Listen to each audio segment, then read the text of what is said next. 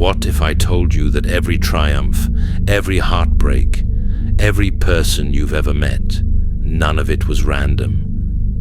What if the struggles you face today were written into your story before you were even born? The truth is, before you took your first breath, before your very first heartbeat, you chose this life. You chose your family, your greatest loves, even the people who would betray you. But here's where it gets even more unsettling. You may have done it all before. Ancient wisdom from Hermetic, Hindu, and esoteric traditions reveals something most people aren't ready to accept. Life as you know it is not just a fleeting moment between birth and death. It is part of a vast, intricate cycle, a cycle that, unless you wake up to it, you are destined to repeat. But there's a way out, a way to break free from the invisible forces pulling you from one lifetime to the next. And once you understand the real reason why you are here, everything changes.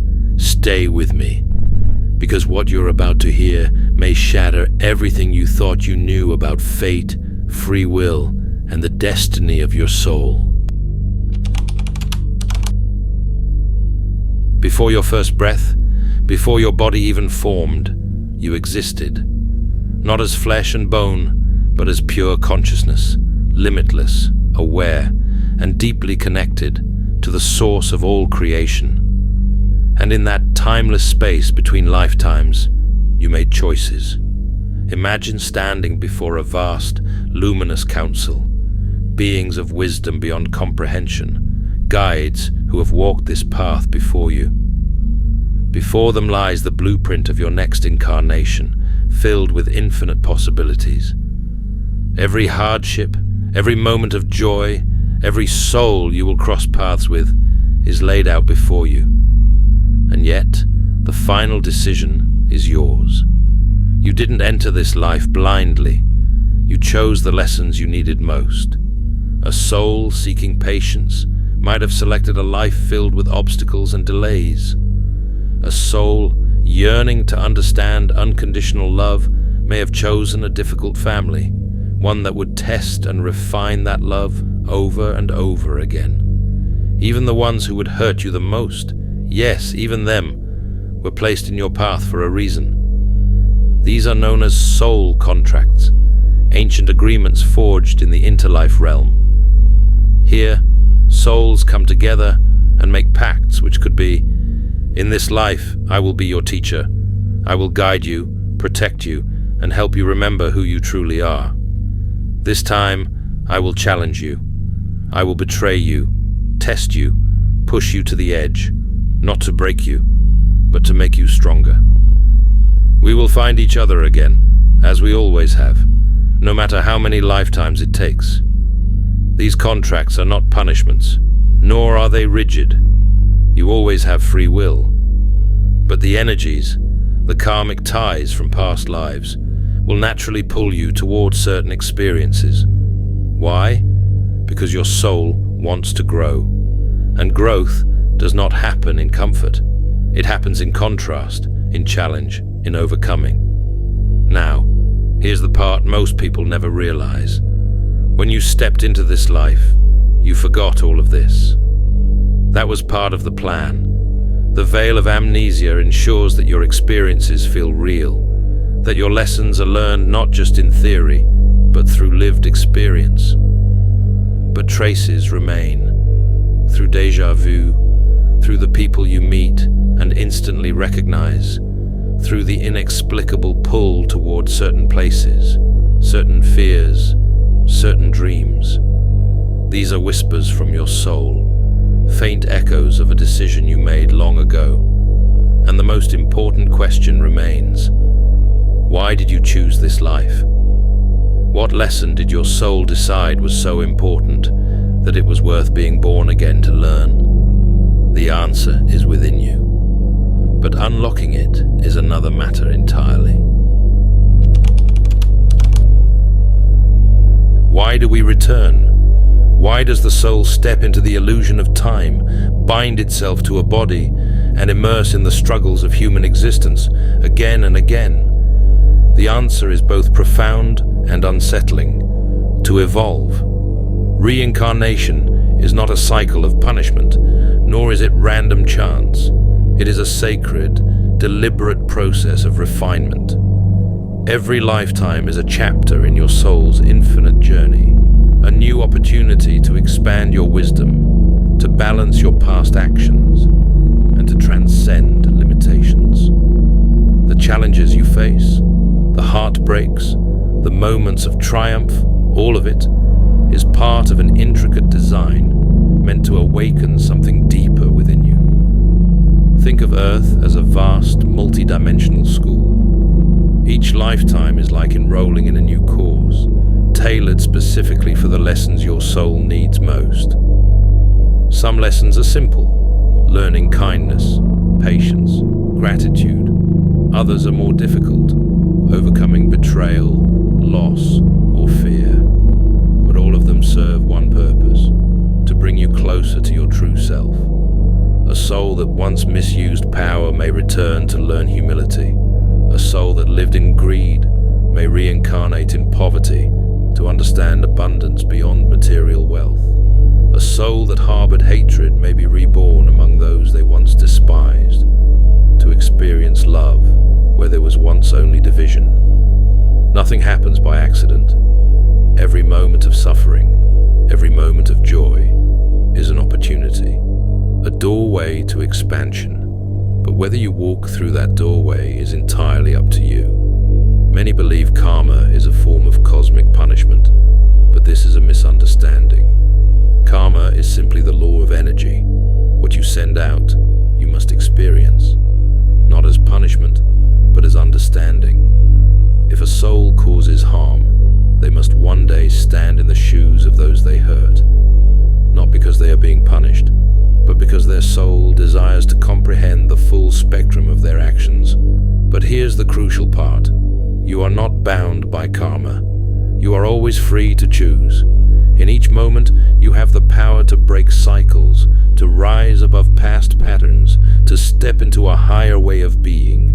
Free will is your greatest tool in shaping your destiny. Every thought, every decision, every act of kindness or cruelty, these shape not only your future in this life, but the circumstances of your next. You are not a victim of fate. You are a sculptor, shaping your own path with every choice you make. So the question is not simply, why are we here? The real question is, what will you do with this life? Because whether you remember it or not, you chose to be here. And what you choose next will determine where your soul goes from here. What happens in the moments after death? Is it truly the end, or merely a transition into something far greater?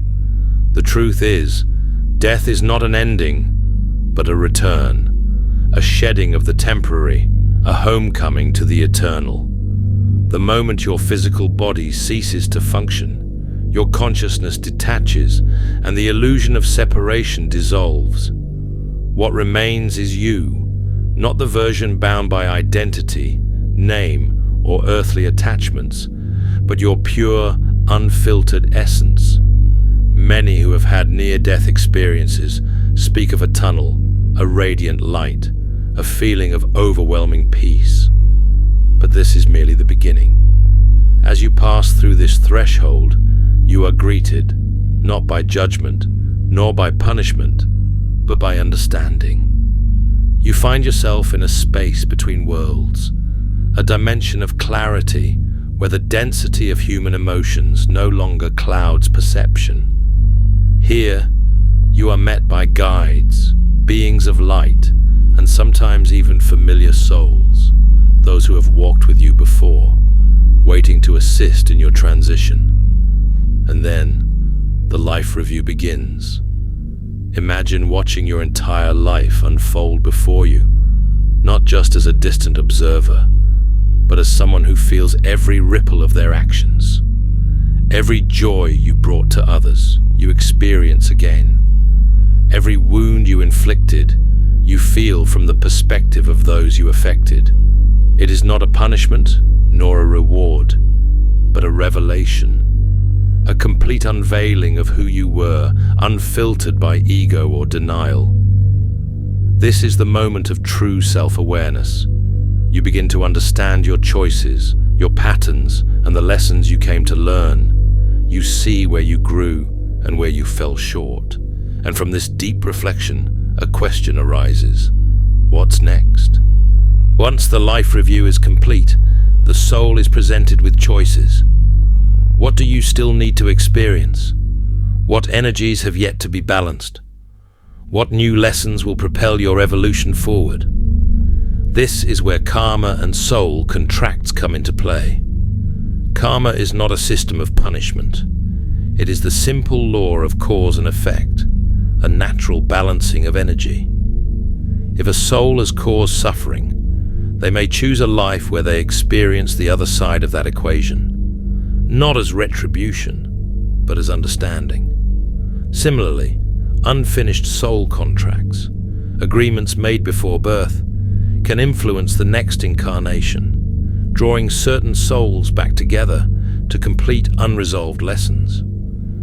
But here's the most important truth. You are never forced to reincarnate. The soul always chooses. Whether to return, to rest, or to take on a completely different experience in another realm. This decision is made from a place of full awareness, not compulsion. And so, the cycle continues, not as a trap, but as an ever-expanding journey of growth, awakening, and ultimate liberation. Death, then, is not to be feared. It is merely a doorway, a passage from one chapter to the next, and beyond it lies something far greater than endings, a new beginning. Reincarnation is not a prison, it is a classroom. But like any student, there comes a time when one must graduate. The soul, having moved through lifetimes of experiences, eventually reaches a point where it no longer needs to return. The question is, how do you break free from the cycle? Transcending reincarnation is not about escape, it is about completion. The cycle continues only as long as there are unresolved lessons, lingering karmic ties, and attachments to earthly desires. The moment a soul achieves full awareness, unshaken by illusion, unbound by karma, it attains what ancient traditions call moksha, enlightenment, or ascension. This path is not reserved for saints or mystics. Every soul has the potential to reach liberation, but it requires a shift, a transformation in how one perceives life, self, and existence itself.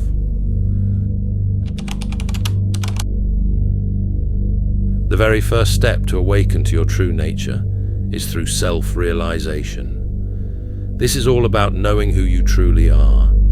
You are not your name, your body, or even your thoughts. You are pure consciousness, a fragment of the infinite. When this realization moves from intellectual understanding to direct experience, the illusion of separation begins to dissolve. The second pillar of liberation is karmic mastery, which involves ending the cycle of cause and effect. Karma binds souls to reincarnation, but not as a punishment, rather as an unbalanced equation seeking resolution. To break free, one must become fully conscious of their actions, dissolve past karmic debts through wisdom and forgiveness, and cease creating new attachments. True mastery is not about avoiding karma, but transcending the very need for it. The third pillar of liberation is detachment, letting go of the illusions of the material world. The world is not an enemy, but attachment to it can keep a soul tethered. When a person no longer clings to desires, fears, or identities, they step into a state of inner freedom. This does not mean rejecting life. It means living fully, but without illusion.